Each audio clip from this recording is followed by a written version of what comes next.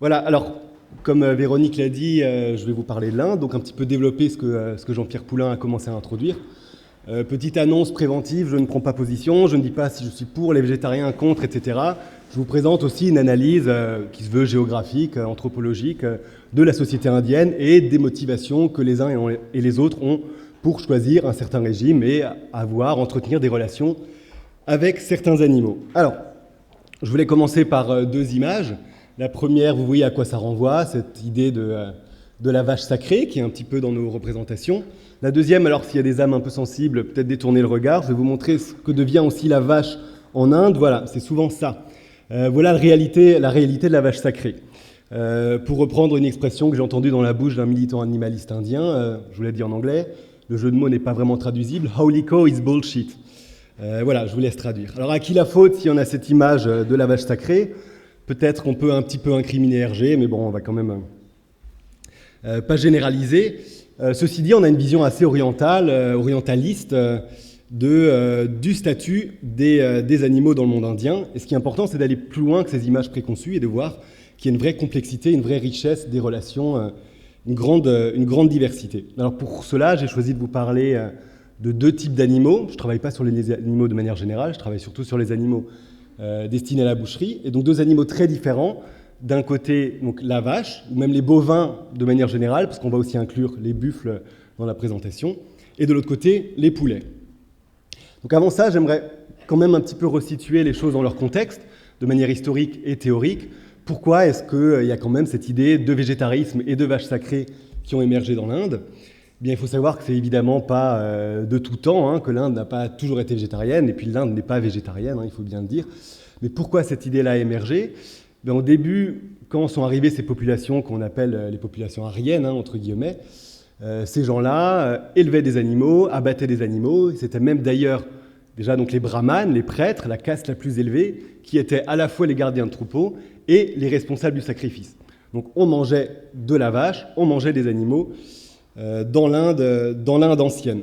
D'ailleurs, il y a des parallèles avec, Jean-Pierre Poulain l'a rapidement évoqué, avec la Grèce ancienne et la place du sacrifice et de la viande sacrificielle dans l'alimentation et dans le fonctionnement et social et politique de la société dans l'Inde antique. Ce qui s'est passé ensuite, c'est que ces brahmanes se sont retrouvés concurrencés. Je vous fais le tableau, je le brosse à grands traits, il faudra aller beaucoup plus dans les détails. Mais les brahmanes se sont retrouvés concurrencés par des idéologies concurrentes, des philosophies, des religions qui ont émergé autour de 500 avant notre ère, notamment la plus connue, le bouddhisme, le jaïnisme, certaines formes de ce qu'on a pu appeler du renoncement, c'est-à-dire des pratiques ascétiques. Et ces gens-là se sont opposés aux brahmanes et notamment à la pratique du sacrifice. Et pour ce faire, ils ont réutilisé une très vieille notion qui est propre à l'Inde, qui daterait peut-être même de l'époque pré-aryenne, ce qu'on appelle en sanskrit la ahimsa, qu'on a traduit par non-volonté de tuer ou non-désir de nuire, et qui au départ est plutôt une espèce de crainte magico-ritualiste de détruire la vie. Mais donc les brahmanes se sont retrouvés concurrencés par ces idéologies qui émergeaient, et donc ils ont récupéré certains des concepts qui étaient les pierres angulaires des bouddhistes et des jains, et donc notamment cette notion de non-violence. Et donc, c'est ce qui a fait que, peu à peu, entre le 5e et le 1er siècle avant notre ère, les brahmanes sont devenus végétariens. Ils ont abandonné la consommation de viande. Et une des conséquences aussi de ce végétarisme, c'est que les bovins, qui étaient les animaux, qui étaient à la fois des symboles de richesse et des symboles rituels, sont devenus des animaux sacrés. Donc ils sont passés de symboles économiques à d'animaux sacrificiels, à symboles cosmiques, animaux sacrés. Et donc théoriquement, ce qui a émergé, c'est qu'au sommet de la hiérarchie, on retrouvait les végétariens. C'est eux qui présentaient la forme considérée comme supérieure de l'alimentation. Au milieu de la hiérarchie sociale, on a les mangeurs de viande, et tout en bas, les mangeurs de viande bovine. Mais il ne faut pas voir ce végétarisme comme une prescription morale. Ce n'est pas un péché pour un hindou de manger de la viande. Au contraire, ce serait plutôt immoral de vouloir adopter, quand on est quelqu'un d'une basse caste ou un intouchable, le régime des castes supérieures. Donc il n'y a pas de prosélytisme végétarien. Au contraire, les brahmanes sont contents, je caricature, mais de dire, voilà, nous on est purs parce qu'on est végétariens, eux, ils sont impurs parce qu'ils ne sont pas végétariens. Il y a donc toute une espèce de hiérarchisation de la société et du monde animal qui a émergé. Ensuite, le végétarisme et la sacralisation de la vache se sont renforcés par des mouvements dévotionnels, par une espèce de réaction à l'arrivée des musulmans à partir du XIe siècle, par des réformismes hindous, par évidemment l'activisme de Gandhi, qui a vraiment contribué à diffuser cette image du végétarisme indien et de la vache sacrée, etc. Et beaucoup plus récemment, c'est le nationalisme hindou, qui arrive au pouvoir de nouveau à Delhi au printemps, qui fait et de la vache sacrée et du végétarisme un véritable outil politique pour notamment discriminer les communautés musulmanes. Alors, ce végétarisme et aussi la vache sacrée sont donc une sorte d'éthos brahmane. Ils se sont en partie diffusés à la société. D'autres castes non brahmanes sont aussi végétariennes. De très nombreuses castes refusent de manger de la vache. Mais par contre, il ne faut pas réduire le rapport du monde indien aux animaux à celui uniquement des brahmanes ou à celui uniquement de l'hindouisme. Alors, voilà pour cette espèce d'esquisse théorique et historique. Alors, qu'en est-il aujourd'hui ? Aujourd'hui, 80% de la population indienne est non végétarienne. Parmi cette population, il y a 15 à 20% de personnes qui mangent de la viande bovine. La consommation de viande est certes très faible, mais elle est en hausse. Et l'Inde est devenue notamment le premier exportateur mondial de viande de bœuf. Au passage, c'est de la viande de buffle. Seule la viande de buffle est autorisée à l'exportation. Alors, que nous dit la législation ? Est-ce que cette législation indienne, est-ce que tous les organes politiques ont un discours particulier à l'encontre du monde animal ? Quand on étudie la législation indienne, on se rend compte qu'elle porte la marque en grande partie de l'histoire coloniale, de la présence anglaise, et aussi, bien sûr, des sensibilités hindoues des hautes castes, qui étaient les gens avec qui les Anglais gouvernaient. Donc, dès la fin du XIXe siècle, les Anglais ont créé des sociétés pour prévenir la cruauté faite à l'encontre des animaux. Il y avait là une sorte de mission civilisatrice que les Anglais essayaient d'endosser quand ils voyaient les chauffeurs de chars à bœufs qui donnaient des coups de trique à leurs animaux. Les Anglais étaient très choqués. Donc, ils ont créé ces institutions-là, en lien aussi, évidemment, avec l'intelligentsia brahmane. Au moment de l'indépendance, en 1949, la Constitution a considéré qu'un des devoirs fondamentaux de l'être humain en Inde, c'était la compassion pour tous les êtres vivants. Et l'article 48, sur lequel je vais rapidement revenir, cherche à interdire l'abattage. Donc cet article 48, on va un petit peu le détailler, ce sont surtout des directives et des orientations. L'Inde est un pays fédéral, donc ce sont les États qui décident d'appliquer plus ou moins ces grandes directives. Alors, je vous ai fait une petite carte. Très rapidement, donc les États en rouge, ce sont les États qui n'interdisent pas du tout l'abattage des bovins. Les États en jaune, ils autorisent sous condition l'abattage de certains bovins. Les États en vert, ils interdisent l'abattage des veaux et des vaches, mais ils autorisent les taureaux, les bœufs, les buffles. Et les États en bleu n'autorisent que les buffles, à condition que les bufflonnes soient taris et que les buffles mâles ne soient plus aptes à tirer des charges. Donc on voit que l'application est quand même très diverse et pas du tout uniforme sur l'ensemble du territoire. Et ce sont d'ailleurs les États où l'hindouisme est le plus conservateur et le plus strict qui appliquent le plus strictement les directives de l'État central. Et d'ailleurs, les directives de l'État central n'ont rien à voir avec l'hindouisme ou avec la religion. Officiellement, c'est pour des raisons agronomiques, économiques, qu'il ne faut pas abattre les bovins. Alors, intéressons-nous maintenant plus à vraiment ce qui se passe dans l'élevage, dans la transformation, dans la mise à mort et dans la consommation de ces animaux en Inde. Donc en commençant par les bovins. Alors quand on parle de bovins, on peut parler de bovins au sens strict, c'est-à-dire en gros la vache et le bœuf, l'espèce Bos taurus, mais aussi au sens large où on va inclure les buffles.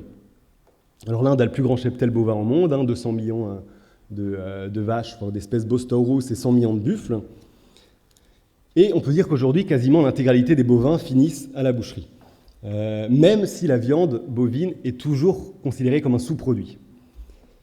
L'élevage reste extensif. Voilà, je vous ai mis une photo un petit peu emblématique de ce qu'on retrouve dans des villages au sud de l'Inde, au Tamil Nadu. La vache de la famille qu'on accroche à un piquet, etc., avec la chèvre, on lui donne à manger, etc. Évidemment, les bovins servent toujours de support rituel et symbolique dans l'Inde ancienne comme dans l'Inde contemporaine. Le buffle, lui, est considéré en général comme un animal néfaste, il est sale, certains refusent même de s'en approcher. Il est parfois sacrifié dans des rites tantriques, etc. Et les bovins, alors là, oui, certes, il y a une sacralisation de la vache. Ce sont des animaux considérés comme très propices.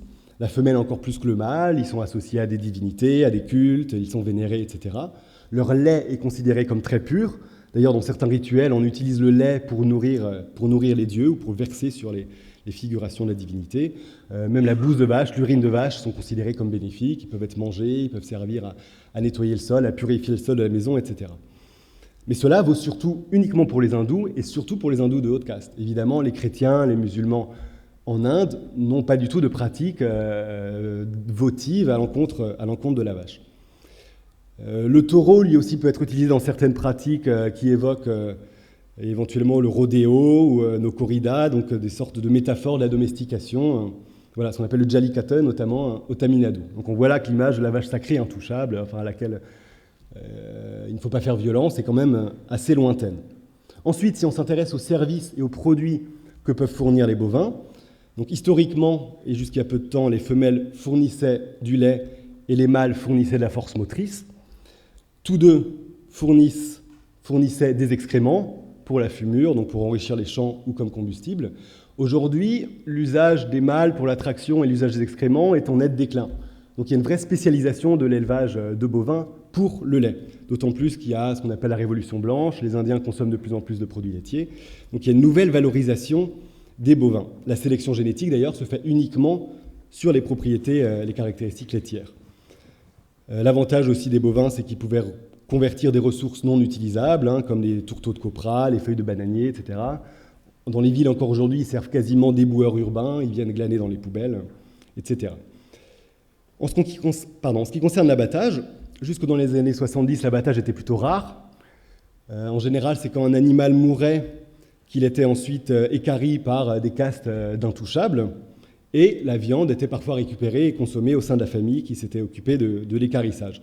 Très souvent aussi, pendant longtemps, on abandonnait, on coupait la corde, et les vaches qui ne donnaient plus de lait ou les bœufs qui ne pouvaient plus traîner de char partaient, et c'est un petit peu l'image de la vache errante qu'on peut avoir.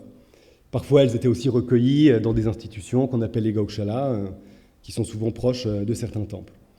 Aujourd'hui, l'abattage est quasi généralisé. On peut dire que l'intégralité, presque, des bovins en Inde finit dans l'assiette ou sur la feuille de bananier, parce que c'est plutôt ça en général le support de l'alimentation.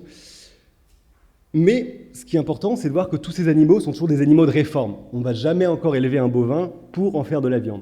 C'est une fois qu'il ne donne plus de lait ou une fois qu'il n'a plus la force de tirer la charrue ou le char que l'animal va passer à l'abattoir. Et comme l'a dit Jean-Pierre Poulain, souvent un éleveur hindou qui lui ne va pas manger de bœuf, une fois que sa vache sera tarie, il va la vendre à un marchand musulman, et c'est aussi ça qui lui permettra de gagner 10, 15, 20 000, 30 000 roupies.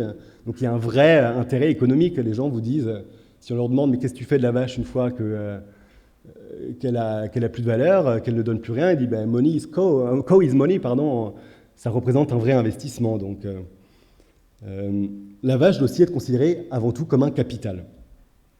Dans tous les États là, qui interdisent officiellement l'abattage, de l'abattage illégal a lieu. Il y a énormément de boucheries illégales ou non reconnues par le gouvernement en Inde. Il y a aussi tout un commerce qui se met en place à l'échelle nationale des vaches et des buffles qui partent aux quatre coins du pays, notamment vers le Kerala ou vers le nord-est où les vaches peuvent être abattues. Les buffles, eux, peuvent être abattus partout et ils sont très souvent abattus dans des unités très modernes avec des chaînes mécanisées, taylorisées. Et leur viande part à l'exportation vers les pays du Golfe, vers l'Asie du Sud-Est, etc.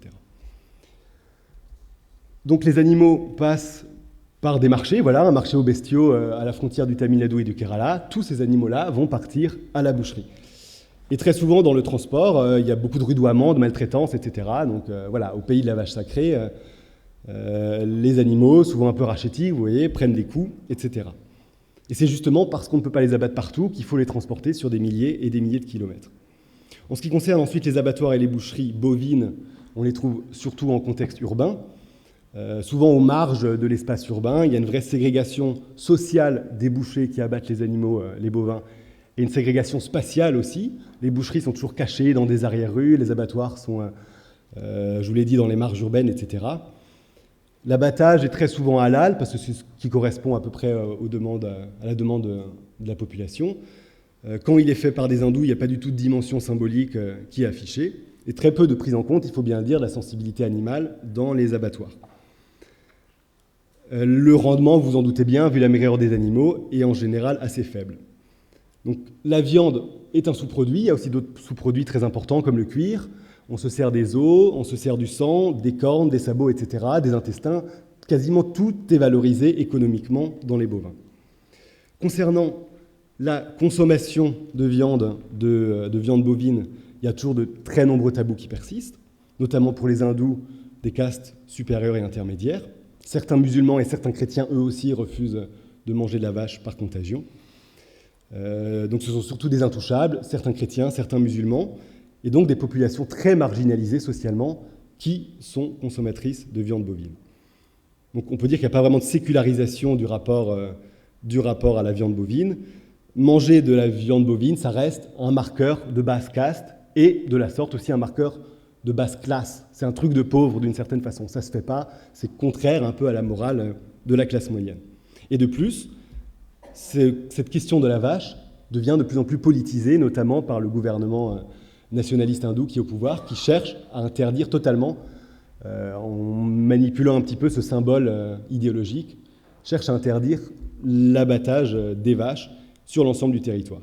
Alors évidemment, certains réclament l'autorisation de l'abattage, notamment les musulmans, les intouchables, etc., qui en font une vraie fierté identitaire, qui revendiquent, eux, leur consommation. Pour eux, c'est une sorte de symbole de modernité. Et d'autres aussi, une espèce d'élite laïque, demandent que l'abattage soit généralisé pour des raisons d'efficacité écologique, nutritionnelle, économique, etc. Voilà à quoi ressemble une boucherie de bœuf. Vous voyez qu'on associe un petit peu le bœuf à la musculature. Donc là, il n'y a pas du tout d'aspect rituel, hein, c'est vraiment la valorisation de la force du bœuf qui va être mise en avant. Voilà à quoi peut ressembler une boucherie bovine au Tamil Nadu. Voilà, passons ensuite à l'autre animal qui nous intéresse, les poulets. Les poulets ont, eux, connu un grand changement ces 20 dernières années. Autrefois, les poulets étaient quasiment des animaux tabous, parce qu'on considérait qu'ils mangeaient un peu n'importe quoi, et donc beaucoup d'hindous refusaient de manger du poulet. Aujourd'hui, il n'y a quasiment plus de tabous. Parmi les hindous qui mangent de la viande, quasiment tous mangent du poulet. Il y a une grande transition dans l'élevage. Autrefois, c'était vraiment le coq et la poule de la basse-cour qui fournissaient les œufs et la viande, qui convertissaient des ressources non directement utilisables. Et ces poulets, ces coqs notamment, servaient surtout aussi d'animaux sacrificiels. Ils servaient pour des combats, ils servaient pour des pratiques de divination, etc. Il y a ensuite eu une transition d'espace, c'est-à-dire qu'on est passé de la basse-cour à la ferme spécialisée, dont voici un exemple, et une transition d'espèce. On est passé d'une espèce locale à cette espèce-là, qu'on retrouve un petit peu partout en Inde, qui a été développée en coopération avec des entreprises états-uniennes. Donc, il y a eu une vraie spécialisation. Ça, ce sont des poulets qui servent uniquement à la viande, et d'autres poulets vont servir uniquement, ou d'autres poules, pardon, vont servir uniquement à la ponte d'œufs. Cette industrialisation donc, a créé une forme d'élevage intensif ou semi-intensif. Le poulet, quand il naît, il est déjà viande, il est toujours déjà viande d'une certaine façon. Il reçoit des vaccinations, des antibiotiques, son alimentation est sélectionnée. De très grosses entreprises ont émergé en Inde et sont en contrat avec des éleveurs. Donc on leur donne un oisillon d'un jour et 40 jours après, on vient récupérer le poulet qui fait 40 kilos. Les fermes contiennent entre 5 000 et 20 000... 2 kilos, ce que j'ai dit. Au bout de 40 jours, il a 2 kilos, voilà. Le premier jour, il a quelques grammes, et voilà. Au bout de 40 jours, il a 2 kilos. Exactement. C'est très efficace. Et ensuite, au bout de 40 jours, le poulet part vers les marchés en gros. Donc voici un exemple, là, dans des cages, dans des boucheries qui font aussi marché en gros, et tout cela est ensuite abattu sur place à la demande par le boucher. Cependant, la chaîne s'intègre de plus en plus. Ces grosses entreprises qui ont développé les races, eh bien, elles développent aussi des couveuses, elles fabriquent de l'alimentation pour les poulets, et elles mettent en place des usines d'abattage, de découpe, de transformation, de réfrigération, de conditionnement, etc. Et tous ces poulets vont partir vers des supermarchés, vers des restaurants, McDo, etc., à l'exportation, ou vers des boucheries comme ça. Voilà, une boucherie moderne qui appartient à un grand groupe de volailles en Inde. Vous voyez, un beau truc en inox, un joli menu, etc. Et le monsieur qui tient ça au milieu, voilà, est un hindou bon teint, donc ça ne lui pose absolument aucun souci de vendre du poulet. Donc on peut parler d'une vraie intensification de cette chaîne alimentaire-là. Le poulet sert uniquement pour la viande, il ne sert plus pour la reproduction, c'est juste une unité de conversion de protéines végétales en protéines animales. Et donc il y a une vraie marchandisation. Le poulet devient une marchandise d'un bout à l'autre de la chaîne. La consommation de viande, quant à elle, est en forte hausse, de viande de poulet, s'entend.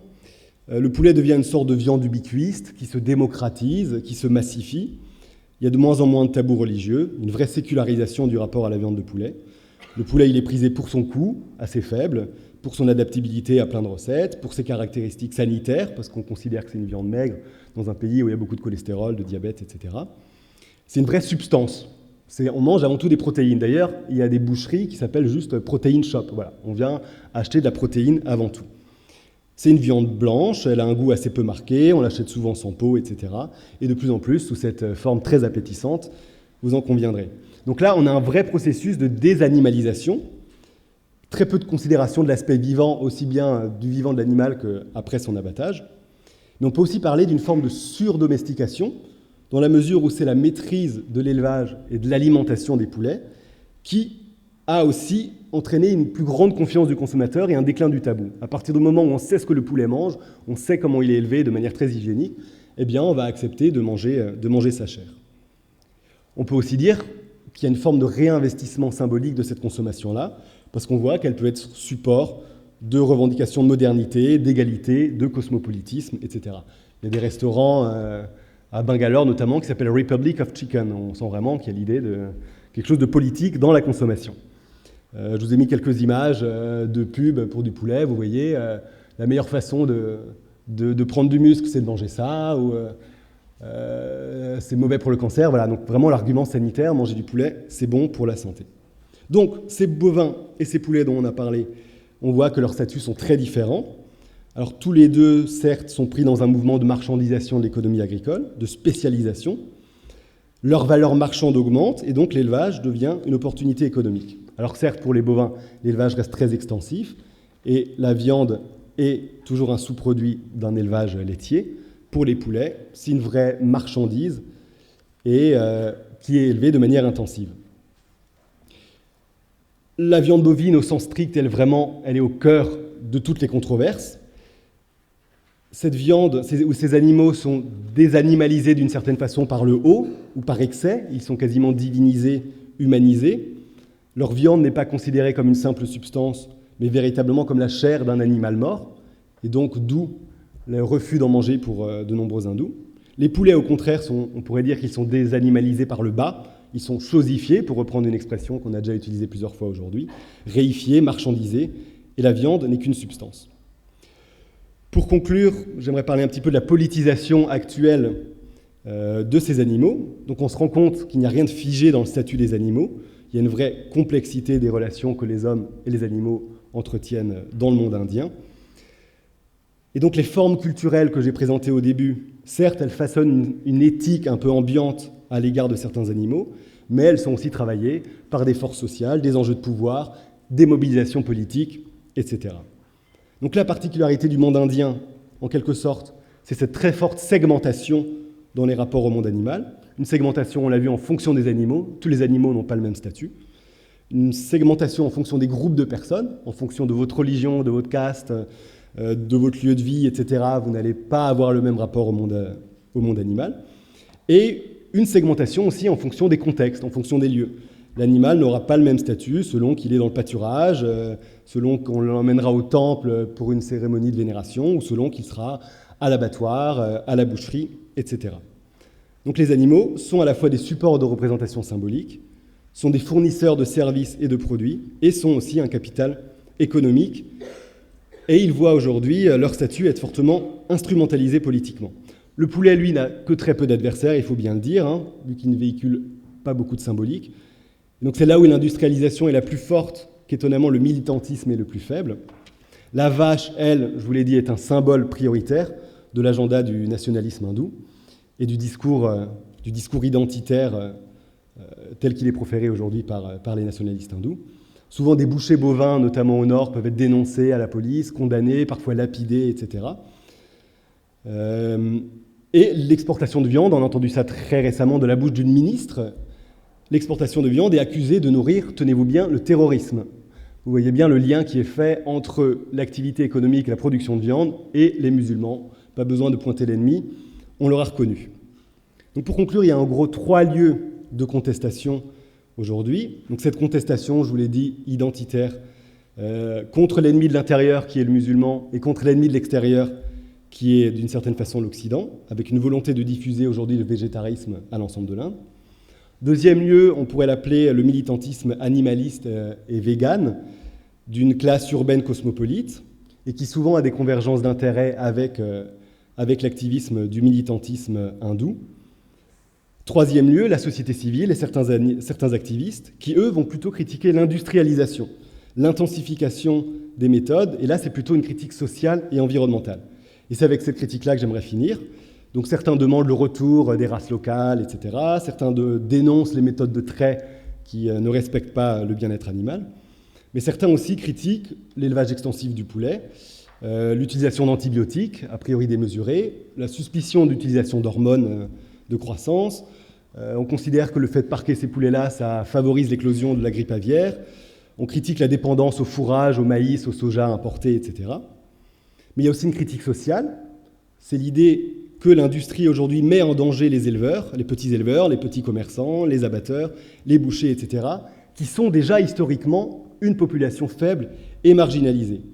Donc tous ces acteurs de ce qu'on peut appeler la chaîne carnée, éleveurs, abatteurs, etc., ils passent d'une certaine façon d'une marginalisation à l'autre.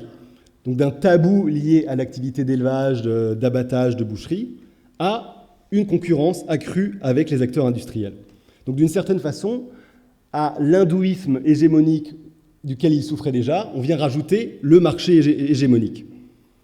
On pourrait presque dire que la marchandisation du monde animal nourrit la critique animaliste et nationaliste hindoue. Et c'est peut-être même en fait 2 facettes d'une même réalité. C'est le même mouvement qui permet à la fois l'exploitation, la chosification des animaux, et de l'autre côté, le surinvestissement sentimental, symbolique, politique actuel. Donc mondialisation et marchandisation n'effacent pas les symboliques et les représentations liées au monde animal aujourd'hui en Inde. Au contraire, l'extension des circuits économiques et le développement de ce qu'on peut appeler un espace public carné, voilà, on retrouve ça, le meilleur poulet du monde. Certes, ça érode certaines significations rituelles, mais aussi, surtout, la nouvelle visibilité acquise par la viande et les animaux destinés à l'abattage, ça implique l'ouverture d'un nouvel espace de contestation, de nouvelles négociations des statuts. Voilà, les choses sont en train de changer, et puis on peut se demander, à l'instar du capitaine Haddock, voilà, comment tout cela va-t-il finir quand chevauche ainsi la vache sacrée. Je vous remercie. Comme un appauvrissement de nos relations avec les animaux, symptôme négatif pour notre humanité et pour leur animalité. L'histoire des animaux, du phénomène des animaux de compagnie. Je crois que là où l'historien est utile, notamment, et pour une fois utile aux philosophes, c'est essayer un petit peu de comprendre les évolutions, justement.